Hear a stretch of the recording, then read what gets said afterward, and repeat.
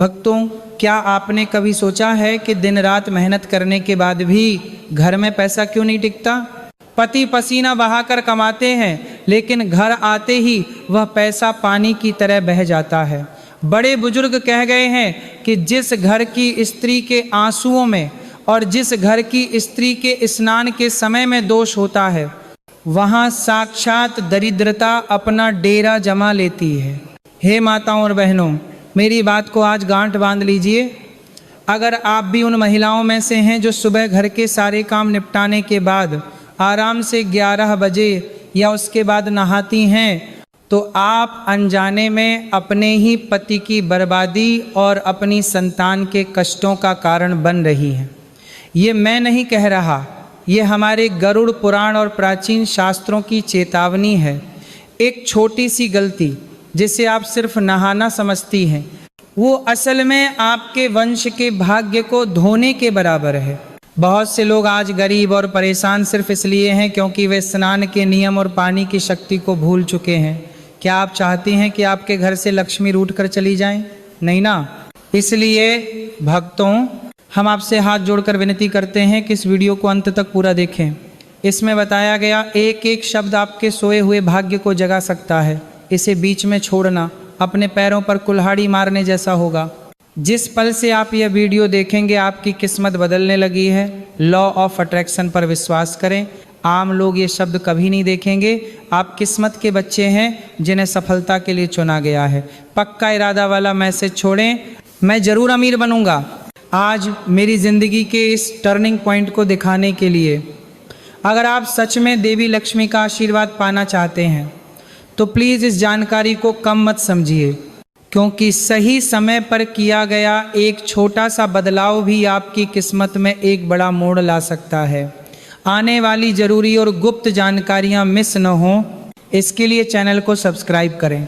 भक्तों, हमारे शास्त्रों में 24 घंटे को अलग अलग पहर में बांटा गया है और हर पहर का अपना एक अलग स्वामी होता है। स्नान कोई आम क्रिया नहीं है, यह शरीर और आत्मा को शुद्ध करने का एक महाअनुष्ठान है। गरुड़ पुराण स्पष्ट शब्दों में कहता है कि जल में याद रखने की शक्ति होती है।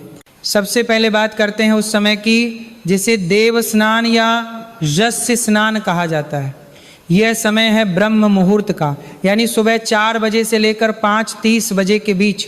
जो सौभाग्यशाली स्त्री इस समय उठकर स्नान कर लेती है, उसके घर में कभी भी, मैं फिर कहता हूँ, कभी भी दरिद्रता प्रवेश नहीं कर सकती।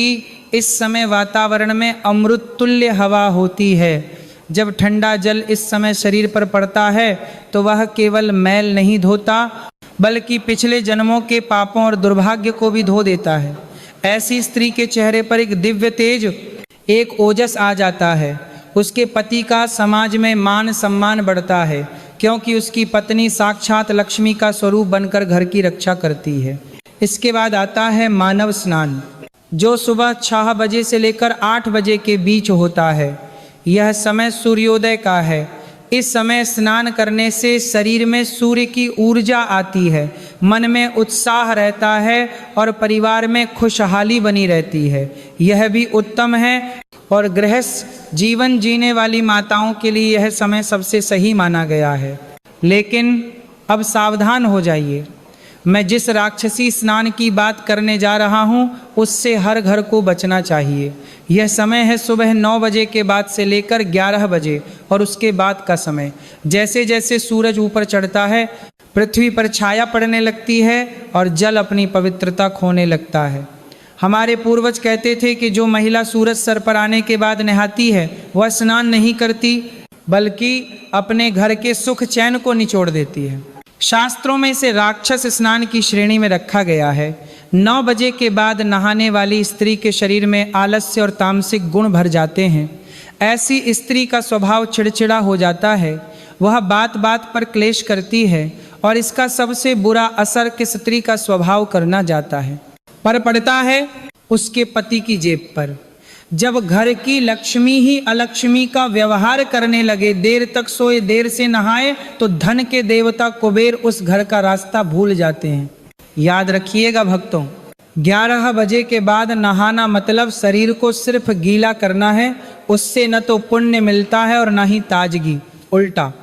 उस समय नहाने से शरीर की जठराग्नि यानी पाचन की अग्नि बुझ जाती है, जिससे घर में बीमारियां जन्म लेती हैं, डॉक्टर के चक्कर लगने शुरू हो जाते हैं और कमाई का बड़ा हिस्सा दवाइयों में जाने लगता है।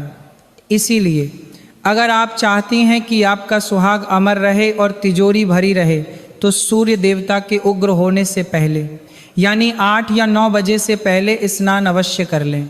भक्तों, अब मैं जो बताने जा रहा हूँ वह हर सुहागन स्त्री के लिए जानना उतना ही जरूरी है जितना जीने के लिए सांस लेना। अक्सर आप पूछती हैं, महाराज जी हम पूजा भी करते हैं, व्रत भी रखते हैं, फिर भी हमारे पति के ऊपर कर्जा क्यों बढ़ता जा रहा है, घर में पैसा क्यों नहीं रुकता? इसका उत्तर आपकी रसोई और आपके बालों में छिपा है। ध्यान से सुनिएगा, यह कड़वा सच है, लेकिन यही शास्त्र का नियम है। हमारे धर्म में रसोई घर किचन को मंदिर का दर्जा दिया गया है और चूल्हे को साक्षात अग्निदेव माना गया है। जो महिला सुबह उठते ही बिना स्नान किए बासी मुंह और अपवित्र शरीर के साथ रसोई में घुस जाती है, वह सबसे बड़ा पाप करती है। कई माताओं की आदत होती है कि वे सोचती हैं पहले बच्चों का टिफिन बना लूं, पति की चाय बना लूं, फिर नहा लूंगी। सावधान, ये ममता नहीं, ये अज्ञानता है। बिना नहाए जब आप भोजन को हाथ लगाती हैं तो वो भोजन प्रसाद नहीं बल्कि दोष बन जाता है। शास्त्रों में लिखा है कि अपवित्र शरीर से बनाया गया खाना खाने वाले की बुद्धि को भ्रष्ट कर देता है।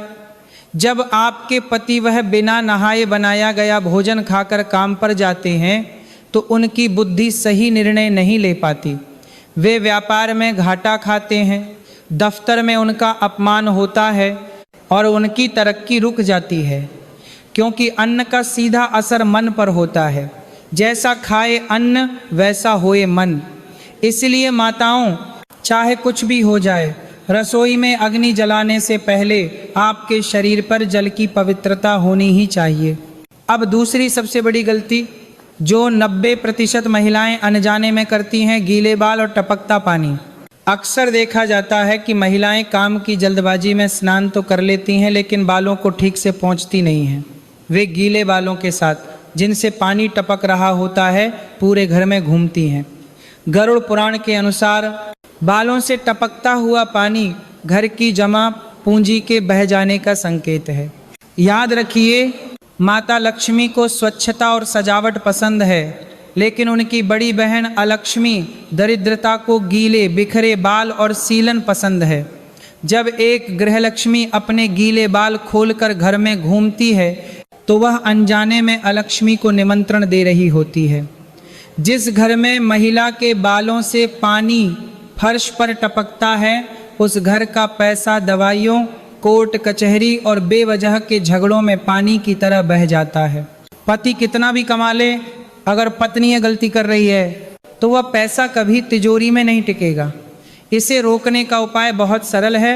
स्नान के तुरंत बाद अपने बालों को तौलिए से अच्छे से सुखाएं, बालों को बांध कर रखें। खुले और गीले बाल शोक का प्रतीक माने जाते हैं, सुहागन के लिए यह शोभा नहीं देता। और तीसरी बात जो बहुत गहरी है, शास्त्र कहते हैं कि पत्नी अर्धांगिनी होती है, यानी पति के शरीर का आधा हिस्सा। पति की किस्मत पत्नी के आचरण से जुड़ी होती है। जब पति सुबह काम पर जाने के लिए तैयार हो रहा हो और पत्नी उस समय सो रही हो या बिस्तर पर आलस में पड़ी हो तो पति का तेज कम हो जाता है। पुराने ज़माने में रानियां और माताएं अपने पति के जाने से पहले स्नान करके माथे पर बिंदी लगाकर मुस्कुराहट के साथ उन्हें विदा करती थीं। इसे विजय तिलक जैसा माना जाता था। आज अगर आप बिना नहाए गंदे कपड़ों में चिड़चिड़े मन से पति को विदा करती हैं तो आप उनके साथ एक नकारात्मक ऊर्जा का कवच भेज रही हैं। ये नकारात्मकता उन्हें बाहर की दुनिया में सफल नहीं होने देती। इसलिए मेरी माताओं बहनों, ये सिर्फ नहाने की बात नहीं है, ये आपके पति की जान और आपके बच्चों के भविष्य की बात है। कल से ही ये नियम बना लें, पहले स्नान फिर कोई काम। भक्तों,